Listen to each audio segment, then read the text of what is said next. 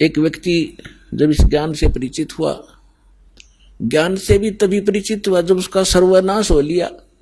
वैसे तो हम भगवान को एक सेकेंडरी थिंग मानते हैं, देख लेंगे टाइम मिला तो कभी मत्था टेक आवाएंगे, किसी गुरु जी के पास चले जावांगे, बाकी समय अपना धन कमाएंगे। और वो भी उसके लिए वरदान होता है जब उसके ऊपर ऐसा कहर टूट जाए, भगवान की याद आ जाए। एक व्यक्ति बता रहा था कि मैं घना निकम्मा आदमी था। अब पता चला कि मैं निकम्मा था, जब तक मैं घना अच्छा मान रहा था अपने आप को। मेरी एक टेप रिकॉर्डर की दुकान थी, रिपेयर एंड सेल की।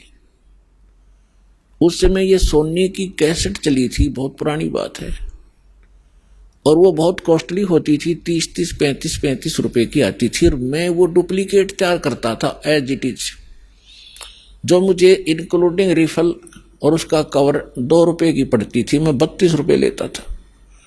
तो भोली आत्मा 35 की बजाय 32 में मेरे पास लेने आते थे, और फिर वो कुछ दिनों में खराब हो जाती। तो मैं कहता भी देख ले कंपनी की है, मैं क्या करूं, तेरे टेप में गड़बड़ होगी।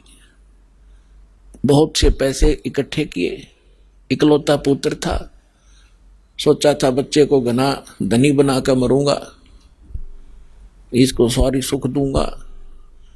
वो बच्चा ही बीमार हो गया, लड़का इकलौता पुत्र था।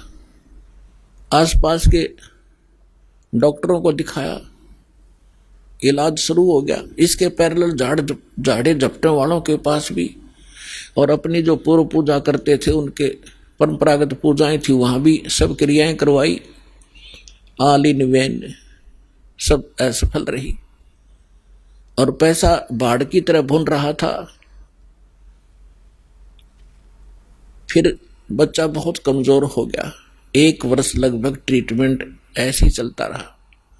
कभी थोड़ी सी राहत मिल जाए, फिर ज्यादा हो जाए, फिर राहत मिल जाए। जो मैंने पैसा कमाया था वो सारा का सारा जा रहा था, लेकिन मेरी समझ में नहीं आ रहा था, अब फिर कमा लूंगा एक बार, बेटा ठीक हो जाओ। फिर क्या पता चला कि उसके दोनों किडनी फेल होगी। ऑल इंडिया इंस्टीट्यूट दिल्ली ले गया। उन्होंने बताया कि अति शीघ्र ट्रांसप्लांट कराओ, नहीं तो बच्चा नहीं बचेगा। जैसे तैसे किसी से कह सुनकर और एक गुर्दा प्राप्त किया, कोई सब इच्छा से दान करने वाला मिल गया। फिर भी उसके खर्चा बहुत हुआ, यानी उस समय 3.5 लाख रुपए मेरे उस गुर्दा के बदले बदलाने में लग गए, और पहले और खर्च हो लिया गना। जो मेरे पास धन था, वो मकान था, वो सब बेच दिया, किराए पर रहने लग गया। अब बेटा ठीक हो जाए फिर कमा लूंगा। तो कहने का भाव ये है कि लड़का स्वस्थ हो गया, गुर्दे सफल हो गया गुर्दा उसका। फिर गांव में एक प्लाट था, वो बेचकर शहर में छोटा सा मकान भी बना लिया। बच्चे के विवाह की तैयारी थी, अच्छी शिक्षा ग्रहण करवाई थी उसको, और अच्छी नौकरी की अपॉइंटमेंट भी उसकी होगी थी। विवाह की तैयारी कर रहे थे, खूब सारी धूमधाम से कार्य किए जा रहे थे। वो लड़का एक अपनी कार में जा रहा था, एक गाड़ी से टकरा गया, ट्राले तय, यानी बस दुर्घटना में उसकी मृत्यु होगी। बस में जा रहा था।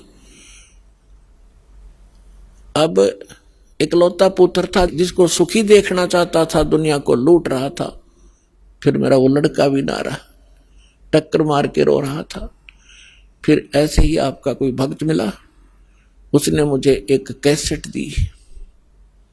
तब मुझे अपने किए कर्म का आभास हुआ और मेरा सर्वनाश हुआ। तो तब मैं परमात्मा की तरफ चला, ना तो शायद मैं भगवान भी याद नहीं करता। तो पुण्यात्माओं, परमात्मा कहते हैं, तुमने दरगाह का उस मैल नहीं देखा, धर्मराज के तिल तिल का लेखा। तुमने वहां देखा नहीं भगवान का, वहां कैसे अकाउंट होता है। एक पाई भी एक नए पैसे का वहां हेरा फेरी नहीं होगी। आपका किया कर्म एज ए फिल्म आपके सामने चल पड़ेगा।